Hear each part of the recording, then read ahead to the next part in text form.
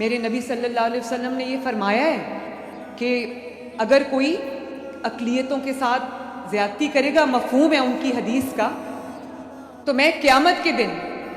دوسری اقلیت کی طرف سے جو گواہ بنوں گا۔ اس سے بڑی اور کیا بات ہو سکتی ہے؟ تو میرا مذہب مجھے یہ سکھاتا ہے۔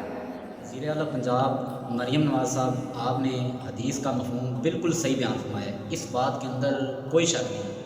لیکن میں اسی حدیث کو دوبارہ دہرا دیتا ہوں تاکہ کسی قسم کی کوئی غلط فہمی باقی نہ رہے۔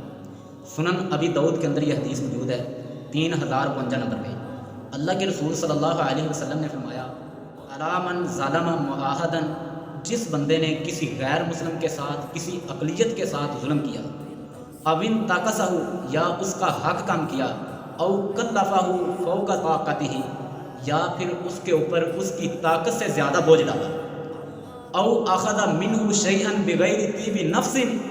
یا پھر اس کی اجازت کے بغیر، اس کی رضامندی کے بغیر اس کی کوئی چیز لی، فانا حجیجہ یوم القیامت، کل قیامت کا دن ہوگا، میں اللہ کا رسول اس اقلیت کی طرف سے، اس غیر مسلم کی طرف سے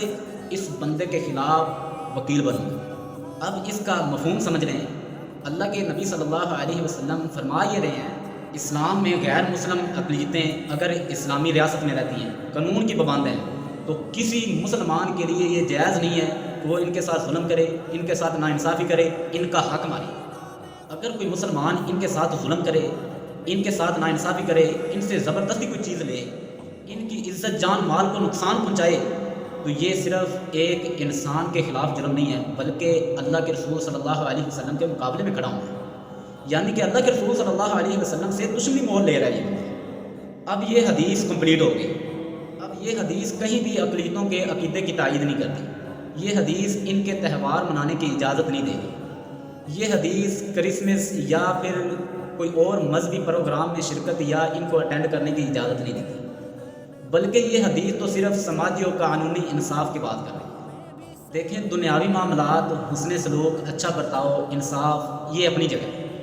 لیکن ان کے عقیدے کی تائید کرنا، ان کے پروگرام کو اٹینڈ کرنا، ان کے تہواروں کے اندر شرکت کر کے ان کو مبارکباد پیش کرنا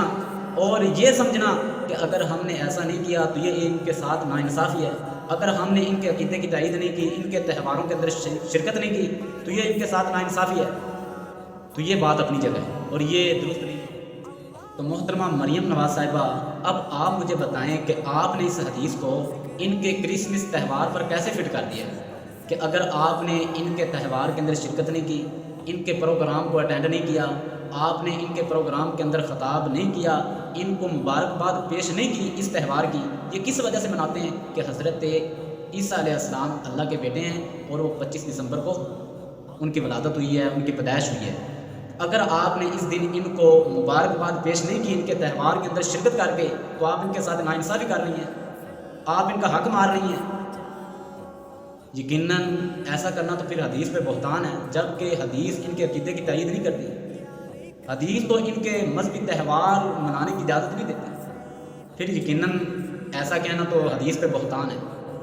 کیونکہ اللہ کے رسول صلی اللہ علیہ وسلم نے اپنی پوری زندگی کے اندر ایک دفعہ بھی کسی غیر مسلموں کے مذہبی تہوار کے اندر شرکت نہیں کی اور نہ ہی صحابہ نے کی۔ امام احمد بن حنبل رحمہ اللہ سے کسی نے پوچھا، کیا ہم غیر مسلموں کے تہواروں کے اندر شرکت کر کے ان کو مبارکباد پیش کر سکتے ہیں؟ تو امام صاحب فرماتے ہیں، ہرگز نہیں، ایسا کرنا ان کے کفر پر رضامندی ہے، یعنی کہ وہ بندہ بھی برابر کا شریک ہے جو ان کو مبارکباد پیش کرتا ہے۔ اللہ سے دعا ہے کہ اللہ ہمیں حق بات سمجھنے کی توفیق عطا فرمائے۔